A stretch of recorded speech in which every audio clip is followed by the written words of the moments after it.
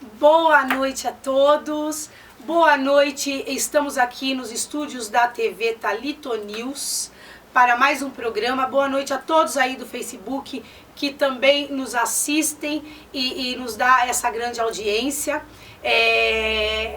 Estamos aqui com uma pessoa maravilhosa, uma pessoa encantadora e muito inteligente e que vai falar pra gente sobre um assunto muito importante. A doutora Tatiane Fiore, né? Boa noite, doutora, seja muito bem-vinda, é um prazer te receber. Realmente, nós precisamos de muito mais pessoas com esse tipo de esclarecimento e para falar dessa reforma trabalhista. Boa noite. Trabalhista não, previdenciária. Boa noite, doutora. Boa noite, Márcia Tasquete. Boa noite a todos que estão nos assistindo aqui na Thalito News e aí também no Facebook, acompanhados. Podem encaminhar perguntas, estou à disposição para vocês estarmos esclarecendo. Acho que é o momento oportuno de esclarecermos todas as dúvidas. Então, muito obrigada pelo convite. Muito obrigada você de ter vindo. Aliás, eu digo assim, pelo menos em um dos programas, porque nós temos 2 blocos, eu sempre gosto de trazer informação precisa para a sociedade. E você sabe que informação da Previdência é uma informação que a gente não pode, de maneira alguma, deixar de passar, porque as pessoas nos perguntam, eu estava dizendo agora para você, e é uma realidade, muita gente não fez pergunta no Facebook, mas fez pergunta, pessoalmente e também inbox, né? E as perguntas que me fizeram, a primeira que me fizeram foi a seguinte, com relação à reforma, com relação ao auxílio-doença, se vai ter mudança. Como que vai ficar, doutora? Bom, é muito importante esclarecer que a reforma, todo mundo pensa que está somente na proposta de emenda constitucional, que é a PEC 287. Não está vinculada somente a a reforma da Previdência Social. Muito antes, nós tivemos a medida provisória 676, e ela, na verdade, ela tratava sobre o pente fino, e as pessoas passaram batido. 676, que é a do pente fino. E aí, na medida provisória do pente fino, já teve, né, fatiada a reforma dos benefícios por incapacidade. Ou seja, antes mesmo de se falar da PEC. Antes de se falar da PEC, já existia uma proposta de modificar as questões. E a principal mudança que acontece com relação aos benefícios por incapacidade, no caso do auxílio-doença agora, é o período de carência, o período onde o segurado vai ter que demonstrar qualidade de segurado. E aí nós vamos ter que demonstrar que é 1 ano de contribuição. Isso significa 12 parcelas pagas para o INSS para ter direito a um benefício por incapacidade. Antigamente, você perdia a qualidade, pagava mais 4... 1/3 do valor, eram 12 contribuições, dividido dariam 4 parcelas para você retomar a sua qualidade de segurado. Sim. Quando você deixava de trabalhar para poder ter direito ao benefício e voltava até a qualidade. Hoje Isso. Não mais. Hoje não mais, você vai ter que contribuir 12 parcelas novamente para ter direito ao seu benefício. Então hoje, gente, ou volta a contribuir mais 12 meses ou continua sem estar assegurado. O que nós estamos orientando aos clientes e às pessoas que nos perguntam, eu deixei de trabalhar, eu não tenho mais minha carteira de trabalho assinada, o que eu faço para não perder essa qualidade? Vai contribuir agora como contribuinte individual. Então você começa a pagar o seu carnê da Previdência Social e assim você não vai perder a sua qualidade de segurado e manter o direito aos benefícios por incapacidade. Falando em pagar de forma autônoma, né? Sem estar com vínculo empregatício, tem aquela coisa de você pagar um valor, 11% ou 20%. Qual a diferença, doutora? Se pagar 20% ou 11%, o que dá mais benefício ou menos? O que é importante? Tá, rapidamente para entenderem. Todo mundo falava do autônomo, usamos a expressão autônomo. Sim. Desde 99, a expressão autônomo, ela foi transformada em contribuinte individual. Contribuinte individual. E dentro do contribuinte individual, então, criaram-se 3 modalidades. O contribuinte individual, que é aquele microempresário individual, que é o MEI, O MEI. Nós temos as pessoas que são os facultativos, aquele que não tem registro na carteira de trabalho e previdência social, mas que presta de forma autônoma esse serviço para a sociedade. E nós temos o baixa renda, que é a dona de casa. Certo. Então são 3 modalidades. Dentro dessas modalidades, então, nós temos o contribuinte individual, aquele que vai contribuir na base de 20% sobre os seus rendimentos.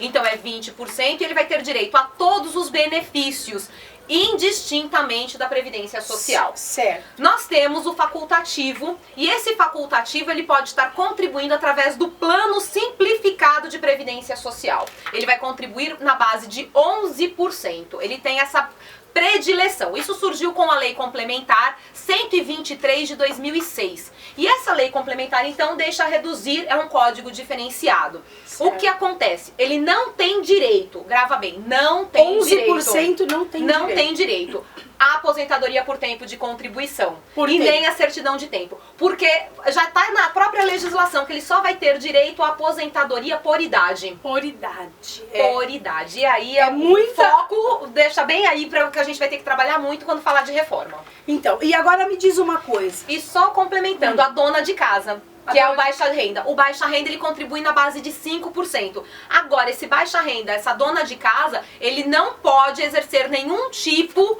de atividade. Ele não pode ter, por exemplo, um orçamento de um aluguel, ele não pode ter uma pensão alimentícia, ele não pode ter uma pensão por morte, para se enquadrar no baixa renda. Ele contribui também na base de ele vai contribuir com 5% Ou do seja, valor, né, do mínimo da tabela, dos 931 lá, que tá 37, né? É. 937. E aí, então, ele vai Ele ter vai direito mas aí vai somente contribuir com também à aposentadoria por idade. Ele não tem direito à aposentadoria por tempo de E contribuição. quem contribui com os 11% e 5% nessas modalidades que você explicou, tem direito a auxílio doença, auxílio O auxílio doença acidente? tem direito ao auxílio doença, tem direito ao auxílio acidente, ele não tem aposentadoria por tempo de contribuição. Só isso. O que acontece é, se eu quiser a aposentadoria por tempo de contribuição nessas outras modalidades de contribuição, sem ser os 20%, o que eu vou fazer? Eu vou ter que complementar essa contribuição. Então eu vou ter que pagar a diferença dos 11% para o 20% e dos 5% para os 20%.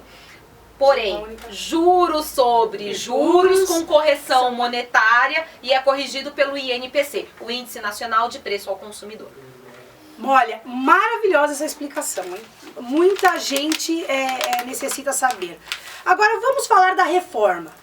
Essa reforma, o que acontece? Ela é necessária? Ela é política? Ela o que você vê de negativo e de positivo nessa reforma, Tati? Bom, falar da reforma. A reforma ela é política, ela é uma reforma social, ela é uma reforma... É tudo. É tudo. É tudo. Porém, o importante é todos saberem os reais motivos desta reforma. Bom, em primeiro lugar, eles lançaram um projeto de emenda constitucional no dia 6 de dezembro, no susto para todo mundo, no susto assim, para a sociedade, vamos mexer e vamos extinguir direitos. Quando se falamos em reforma, a gente entende em melhorar direitos. E não eliminar, extinguir, deformar o que está acontecendo na sociedade como um todo. Ela tem a parte política, nós temos uma necessidade sim de mexer nos benefícios previdenciários, porém o governo não tem dados sólidos do impacto dessa reforma, como eles dizem. A projeção nossa é para 2060. O governo ele consegue errar a projeção de 4 anos. Haja visto o número de desemprego, que eles disseram que nós teríamos uma taxa de desemprego em 5 anos, quando teve as últimas Sim. eleições, de 11%, e hoje, erroneamente, essa taxa de desemprego está sendo arbitrada em 13 milhões de desempregados, e que na verdade não são 13 milhões de desempregados, abrange 21, quase 22 milhões de pessoas desempregadas em nível nacional, porque eles desconsideram quem está fazendo bico, quem já recebeu algum tipo de auxílio, ou então que estão mais de 3 meses afastados do emprego. Então o governo não consegue projetar, ele não tem essa expectativa de projeção. Então é o primeiro erro. Segundo erro, eles baseiam a reforma numa questão de um déficit.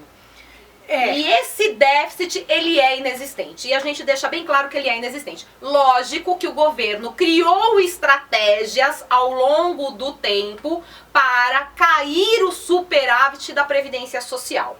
E aí eu vou explicar 2 coisinhas. Ele criou a PEC 55, que é o plano que limita o teto de gastos do governo. E o segundo momento, ele aumenta a DRU através de uma outra emenda constitucional.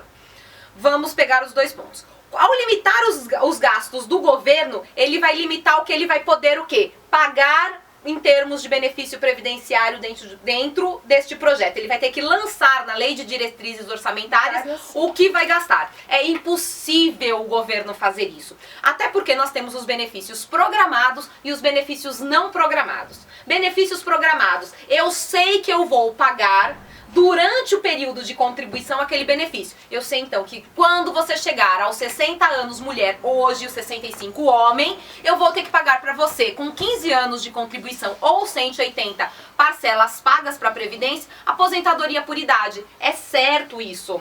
Eu tô programada para isso. Já se programou. Agora, quando eu falo no benefício de um auxílio acidente, eu sei que você vai sofrer acidente hoje ou amanhã ou depois, é muito ou se não vai incerto. sofrer, é incerto, ele não é programado. Então o governo não tem como criar uma perspectiva de quantos benefícios vão ser pagos nessa modalidade ao longo do prazo. Então é o primeiro erro. E o segundo, a DRU, que é o que a gente fala, que é a desvinculação de receita da União. Nós pagávamos para o governo, desvinculando da receita da Previdência Social, isso significa, de tudo que a receita arrecadou, todos os benefícios pagos eram descontados, então 20% desse valor que sobrava. Bom, o que o governo fez? Olha, o Caixa não tem dinheiro, mas eu vou ampliar esses 20% para 30%. Eu não entendo como o governo consegue tirar da onde não tem dinheiro 30%. Esse